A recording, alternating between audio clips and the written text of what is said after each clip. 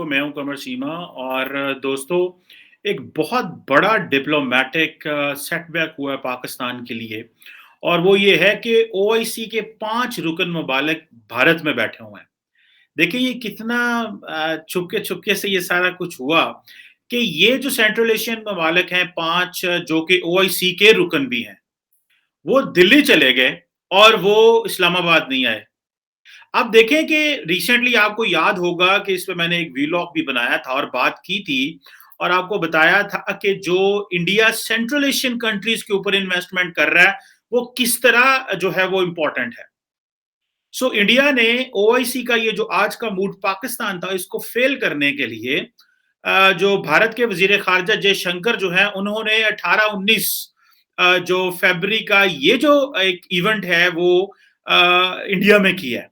और उसमें वो कामयाब हो गए हैं, क्योंकि ओआईसी के अब ये मुसलमान ममालिक हैं, और ये आपको पता है वही सेंट्रल एशियन ममालिक हैं जिनकी अगले दिन भी मैं बात कर रहा था कि ये जो ताजिकिस्तान है, किर्गिस्तान है, उज़्बेकिस्तान है, कज़ाकिस्तान है, तुर्कमेनिस्तान है, उज़्बेकिस्तान, ये सारे के सारे अब ये इंडिया सेंट्रल एशिया डायलॉग की बात कर रहे हैं, और ये भी अफगानिस्तान पे ह्यूमैनिटेरियन असिस्टेंस की बात कर रहे हैं। सो इंडिया ने एक पैरेलल डायलॉग खोल लिया और उन्होंने सारी की सारी ओआईसी को नाकाम कर दिया। और जिसमें वो देखें, ये जो चीजें थी ये बड़ी अहम थी आज, कि अगर पाकिस्तान यहाँ पे बैठ के एक प्रोग्राम कर रहा था कि भाई हमें अफगानिस्तान की सिचुएशन को बड़ा देखना है, और वहां पे हमें ये नोट करना है और दुनिया को सेंसिटाइज करना है, तो लेकिन जो भारत के वजीर खारजा वो इनको लेके दिल्ली में बैठ गए। और उन्होंने अब ये देखें कि थोड़े दिन पहले जिस तरह हम बात कर रहे थे कि जो सेंट्रल एशियन कंट्रीज को रिपब्लिक डे पे बुलाया गया, सो इन्होंने ओआईसी को भी शन किया, कहा कि ओआईसी की भी कोई वैल्यू नहीं है। पाकिस्तान जो कि 24 घंटे नारे मारता रहता है कि जी हमारे मुसलमान ब्रादर इस्लामिक कंट्रीज, और ऊपर से हम कहते रहते हैं जनाब के ये सेंट्रल एशिया तो हम जाते ही बहुत हैं, हमारे वजीर आजम की तो जो एक टांग जो सेंट्रल एशिया में होती है, या वजीर खारजा की एक टांग सेंट्रल एशिया होती है और एक इस्लामाबाद होती है, और हमने विजिट कर करके छोड़े नहीं, कोई हाल नहीं छोड़ा सेंट्रल एशिया का। आप इमरान खान साहब के और फॉरेन मिनिस्टर साहब के सारे विजिट ही देखें, वो सेंट्रल एशिया के हैं। तो आज हमें उसका रिजल्ट ये मिला है कि वो जो पाकिस्तान ने ओआईसी की कॉन्फ्रेंस थी, ये पाकिस्तान ने अकेले ने नहीं बुलाई थी, ये कोई इंडिया वर्सेस पाकिस्तान नहीं था, ये ओआईसी था। ओआईसी को उन्होंने बेसिकली छोड़ा, उन्होंने कहा ओआईसी में क्या पड़ा हुआ है। देखें, ओआईसी में क्या पड़ा हुआ है कि ठीक है, अगर सऊदी अरब बुलाता भी है तो क्या फर्क पड़ता है। मेरा ख्याल है यूएई के फॉरेन मिनिस्टर भी नहीं आए, और बहुत सारी ये जो कॉन्फ्रेंस है इसको एम्बेसडर लेवल पे अटेंड किया गया है, और उस पर भी अभी हमें अंदर की कहानियां थोड़ी जारी बात है बाद में पता चलेंगी कि क्या हुई। लेकिन इस वक्त की सिचुएशन तो ये है कि इसमें जो कनेक्टिविटी की बात की है उन्होंने, और कहा है जी कि हम अफगानिस्तान के लिए सोच रहे हैं। इससे पहले आपको याद है कि इंडिया के वजीरे जो नेशनल सिक्योरिटी एडवाइजर हैं, उन्होंने क्या किया था कि उन्होंने रीजनल ममालिक के नेशनल सिक्योरिटी एडवाइजर्स बुलाए थे। सो इंडिया ने बेसिकली ये कॉन्फ्रेंस बुला के जो नेशनल ये कॉन्फ्रेंस जो उन्होंने meeting of India Central Asia dialogue है, ये कॉन्फ्रेंस बुला के इंडिया ने ओआईसी को भी एक दफा बता दिया कि आप कहां पे खड़े हुए हैं। और ये तो क्या ओआईसी के ऊपर इतना बैंक करना चाहिए कि नहीं करना चाहिए? क्या ओआईसी की इतनी वैल्यू वर्थ है कि नहीं है? हर रोज ये पता चलता है। मैं तो आज सारा दिन शोर मचा रहा था, और मैंने बहुत सारे प्लेटफॉर्म्स पे ये कहा भी है कि जो ओआईसी कश्मीर के लिए इकट्ठा नहीं हुआ था, वो अफगानिस्तान के लिए क्यों इकट्ठा हुआ है। हमें तभी पता चल जाना चाहिए था कि ओआईसी की क्या वैल्यू है। अगर ओआईसी की ये वैल्यू है कि वो उसके जिसका दिल किया वो आ रहा है, जिसका दिल किया वो नहीं आ रहा, कि अब आधे अरब ममालिक के जो फॉरेन मिनिस्टर्स हैं वो तो देखे भी नहीं है इस्लामाबाद में हमने, ना यूएई का फॉरेन मिनिस्टर देखा है, ना कतर का देखा है, if I am not wrong कि वो आए हैं कि नहीं आए, लेकिन मैंने वो कहीं उनकी तस्वीरें नहीं देखी, और ना वो सामने वो आए हैं कहीं पे। सो हमें ये देखना है कि ये सेंट्रल एशियन ममालिक हमारे साथ क्या कर रहे हैं, और हमारी फॉरेन पॉलिसी कहाँ खड़ी हुई है, और जो इंडिया सेंट्रल एशिया में जो ताल्लुकात बना रहा है, डेवलपमेंट कर रहा है, वो किधर जा रहे हैं। सो आज पता चल गया हमें कि ये जो चीज है कि भाई जो मुस्लिम ममालिक के जो रिलीजन के बेस के ऊपर आप फॉरेन पॉलिसी बनाते हैं, इसका कोई मुस्तकबिल नहीं है। क्योंकि अगर आप रिलीजन जो है वो मजहब के बेस पे अगर आप लगे रहेंगे, तो लोग कहते हैं भाई हमें मज़हब से क्या लेना-देना, हम बहुत अच्छे मुसलमान हैं, हमें मज़हब के नाम पे इकट्ठा ना करें। और दुनिया का ये एक ही मेरा ख्याल है प्लेटफ़ॉर्म है जो आज भी रिलिजन के नाम पे बना हुआ है। जब हमें इस चीज़ का अंदाज़ा है कि कश्मीर का मसला हो, फ़लस्तीन का मसला हो, जब अरब ममालिक ही उसके बारे में सीरियस नहीं है, तो क्या आप ये 2 जमा 2 4 वो कहते हैं, मेरा ख्याल है किसने कहा था, ये भुट्टो साहब ने कहा था कि 0 + 0 = 0। तो ये सारी ओआईसी तो 0 + 0 = 0। और देखें भारत ने दिन कौन-सा चुना है? भारत ने दिन कौन-सा चुना है कि उन्होंने जनाब दिन भी वही लिया है जो उन्होंने कहा जी कि जो पाकिस्तान ने दिन चुना है। और उन्होंने जिन्हों कहते हैं ना ओआईसी के गुब्बारे से हवा निकाल दी है कि भाई ये लें आपकी सारी ओआईसी तो हमारे पास बैठी हुई है। 5 सेंट्रल एशियन ममालिक हैं, क्या इनके फॉरेन मिनिस्टर्स को नहीं पता था? सो वो जो शाह महमूद कुरैशी साहब शोर डालते थे और बोलते थे और कहते थे और सारा टाइम लगे रहते थे कि जनाब हमें जो है वो कश्मीर के ऊपर फॉरेन मिनिस्टर्स का इजलास बुलाना है। वो किधर गया? वो इसका मतलब है वो सच्चे थे बेचारे, उनको पता था मेरी बात कोई नहीं सुनेगा या हमारी बात कहीं नहीं सुनी जानी। उनको इस चीज़ का शाह महमूद कुरैशी को पता था कि एक तो ज़ाहिर बात है सऊदी अरब नहीं मानता, यूएई नहीं मान रहा था, कतर और बाकी नहीं मान रहे थे। अब इसमें मैंने कतर के वज़ीर ख़ारिजा को नहीं देखा आज की ओआईसी के, क्योंकि कतर वो समझता है कि हम तो इसमें सारे बड़ा सेंट्रल रोल प्ले कर रहे हैं, हमें जाने की क्या ज़रूरत है वहाँ पे। अब कतर ने अपनी लाइनें सारी यूरोप और अमेरिका के साथ खोली हुई हैं। वो कह रहे हैं पाकिस्तान बुलाता भी रहे ह्यूमैनिटेरियन असिस्टेंस।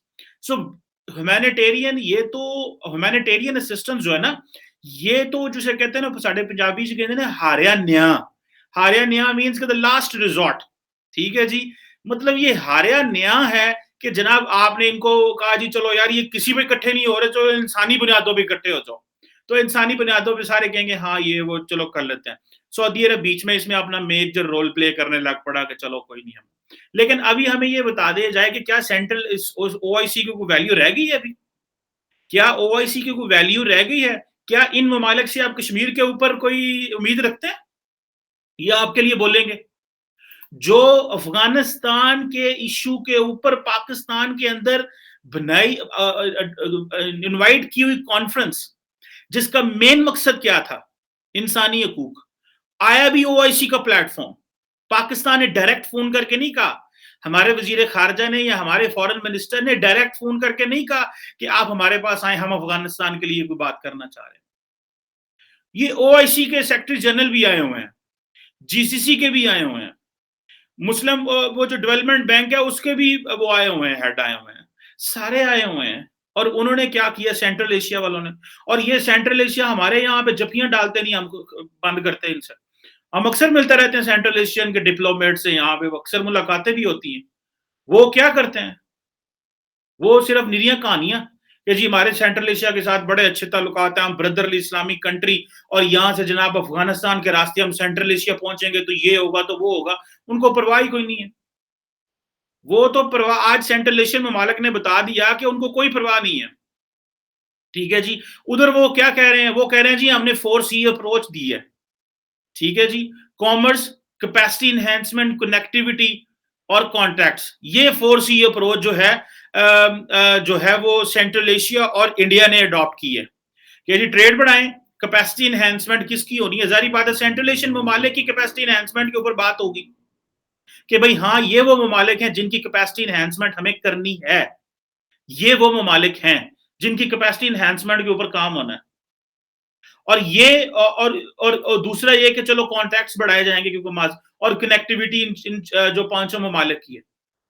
सो ये एक बहुत बड़ा फॉरेन पॉलिसी सेटबैक है for the entire OIC and for the Pakistan, कि आपके जो मेजर इस्लामिक ममालिक हैं, ठीक है जी, जिनको हम बड़ा समझते थे कि ये बड़ी जनाब इनकी, और आपको पता है जब वज़ीर आज़म इमरान खान सेंट्रल एशिया जाते हैं तो चाहते ही शुरू हो जाते हैं कि मैं सेंट्रल एशिया को जो है ना आप लोगों से ज्यादा बेहतर जानता हूँ, और समरकंद और बुखारा और फलानी और टमकानी और इस तरह की बातें जो है वी गो फॉर दैट।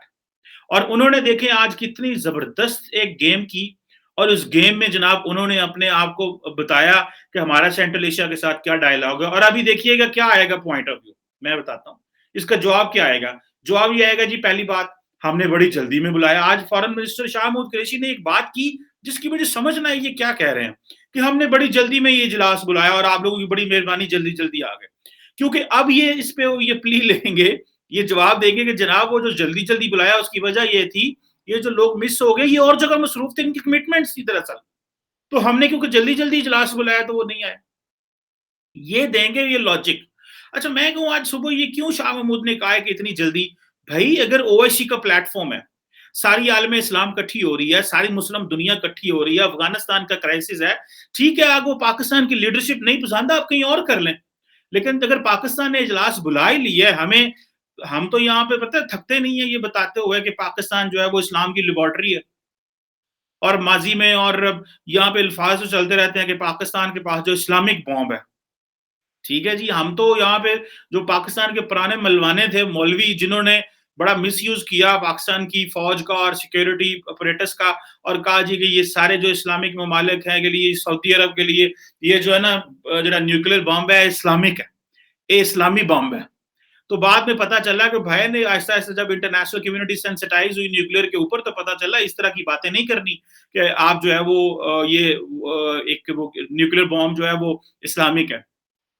सो आज उन्होंने बता दिया ਜਿਹੜੀ थोड़ी ਬਹੁਤੀ वाह है सी ओआईसी के बीच में वो भी निकाल दिया उन्होंने और वो भी दिखे आप हम यहाँ पे बातें हो रही थी कि इंडिया को ओआईसी का मेंबर बनाया जाए ठीक है लेकिन उन्होंने दरार डाली कि ना डाली अमेरिका को छोड़े अमेरिका तो बहुत दूर रह गया यूके यूरोप तो बहुत दूर रह गया ओआईसी को जो पंक्चर करने के लिए इंडिया ही बड़ा है आपको तो इंडिया ही बहुत है जो कि हम ये कहते थे कि वो देखिए ना मुसलमान ममालिक जो है वो इकट्ठे नहीं होते क्योंकि अमेरिका का प्रेशर है तो क्योंकि यहाँ पे जमहूरियत नहीं है डेमोक्रेसी नहीं है तो जो इस्लामिक ममालिक हैं ये आपस में उस तरह नहीं कर सकते अमेरिका की मजबूरियां हैं फलानी वो अमेरिका तो बहुत दूर रह गया देखिए वो इंडिया ने सारा जो है वो आपकी ओआईसी का जो मामलात है वो ठप कर दिया अब आप यहाँ पे बैठ के बातें करें कि नहीं जी नहीं वो तो ये बात नहीं थी वो तो वो बात नहीं थी सो ये एक बहुत बड़ा सेटबैक है जो सेंट्रल एशियन कंट्रीज हैं वो दिल्ली चले गए और इस्लामाबाद को इग्नोर कर दिया उन्होंने और हम यहाँ पे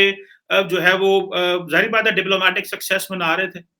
लेकिन उन्होंने कितने ममालिक के जो है वो फॉरेन मिनिस्टर्स आए हैं? कितने ममालिक के foreign ministers full foreign ministers आए हैं? और ये जो और उधर बैठ के इंडिया ने क्या बात की है? वो कह रहे हैं जो यूएन सिक्योरिटी काउंसिल रेजोल्यूशन 2593 2021 है जो ये कहता है कि जो अफगानिस्तान की टेरिटरी है वो नहीं इस्तेमाल की जाएगी शेल्टर करने के लिए ट्रेनिंग करने के लिए प्लानिंग करने के लिए और फाइनेंस करने के लिए दहशतगर्दी को इसका मतलब ये है कि वो कह रहे हैं कि ये ना हो कल को बेसिकली तो इंटरेक्ट वो पाकिस्तान को टारगेट करने की कोशिश कर रहे हैं और जो और ग्रुप्स उनको टारगेट करने की कोशिश कर रहे हैं कि ये ना हो कल को पाकिस्तान इसको जो है वो इस्तेमाल करे इससे पहले अशरफ गनी की रजीम जो था तो तब पाकिस्तान कहता था कि अफगानिस्तान की सरजमीन जो है वो पाकिस्तान के खिलाफ सरजमीन इस्तेमाल नहीं होगी और अशरफ गनी हमारी सुनता नहीं था अभी जो यूएन सिक्योरिटी काउंसिल रेजोल्यूशन है आप देखें ये सारी जो बैटल है वो इंटरनेशनल लॉ के इर्द गिर्द होगी कि जनाब देखिए आपकी सरजमीन इन्होंने इन्होंने इन्होंने जिन्होंने साढ़े पंजाबी कहते हैं नक ना नकीरा कटा देनी तालिबान दियां इससे पहले कि उनको स्पेस देते देते कि हम जनाब जरूर हम करेंगे ये करेंगे वो करेंगे कि पहले आप ये माने वो माने ये माने हम आपको रिकग्नाइज करते हैं पैसे देते हैं ये पाकिस्तान का रोल नहीं होगा पाकिस्तान की फलानी चीज निकालें यहाँ से पाकिस्तान की इतनी चीजें नहीं होंगी इन्होंने बड़ा ठीक ठाक किस्म का पाकिस्तान को दबाना है अफगानिस्तान में और तालिबान ने हर चीज पीछे हट जाना है क्योंकि तालिबान को यह है कि हम क्यों अकेला पाकिस्तान की सुनेंगे उनको इंटरनेशनल कम्युनिटी की रिकग्निशन है पाकिस्तान तो आज रिकग्नाइज कर लेगा उन्हें सो ये एक बड़ी बहुत बड़ी डेवलपमेंट है मैं और इसको डिप्लोमेटिक सेटबैक भी कहूंगा for the entire OIC conference let's see what comes out of it and let's see how Pakistan responds to this and how OIC responds to this thank you very much